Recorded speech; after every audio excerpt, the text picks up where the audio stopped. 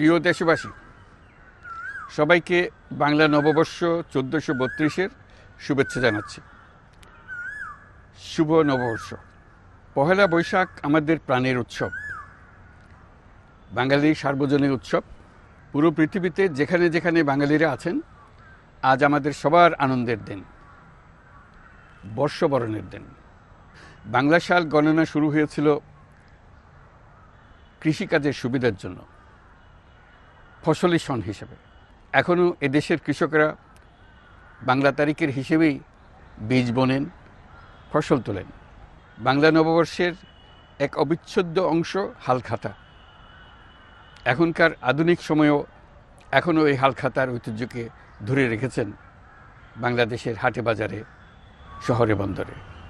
নববর্ষের বৈশাখী মেলায় বাংলাদেশের জেলায় জেলায় উদ্যোক্তারা সারা দেশে ঐতিহ্যবাহী শীতল পাটি, মাটির হাঁড়ি পাতিল, খেলনা, হাত পাখা ইত্যাদি তৈরি করে নিজেদের সৃজনশীলতাকে তুলে ধরেন এই দিনকে উপলক্ষ করে।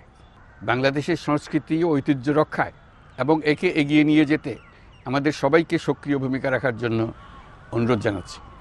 আমাদের এইসব ঐতিহ্য যেন আমাদের নিজেদের মধ্যে সীমাবদ্ধ না থাকে। আমাদের সংস্কৃতি যেন আমরা ছড়িয়ে দিতে পারি বিশ্বের দরবারে। বছরের এই দিনটিতেই আমরা সুযোগ পাই আমাদের সুদীর্ঘ ঐতিহ্যকে নতুনভাবে নতুন প্রজন্মের কাছে উৎসবমুখর পরিবেশে তুলে ধরতে এবং পৃথিবীর সামনে তুলে ধরতে। পাহাড় ও সমতলের বিভিন্ন জাতিগোষ্ঠীও চৈত্র সংক্রান্তি ও নববর্ষে এবার বড় পরিসরে উৎসব উদযাপন করছে। পহেলা বৈশাখ সম্প্রীতির দিন, মহামিলনের দিন, আজ সবাইকে আপন করে নেওয়ার দিন।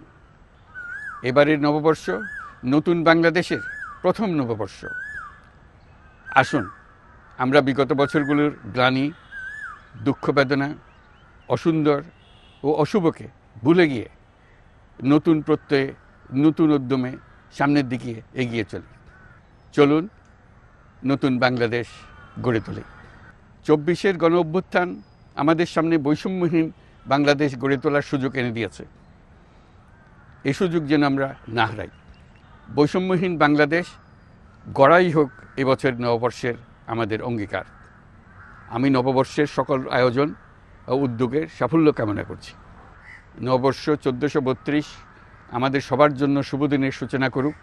নববর্ষ আমাদের সকলের জন্য নতুন ও গভীর আনন্দের উন্মোচন করুক, এই কামনা করছি। সবাইকে আবারও আমার নববর্ষের শুভেচ্ছা ও সালাম জানাচ্ছি।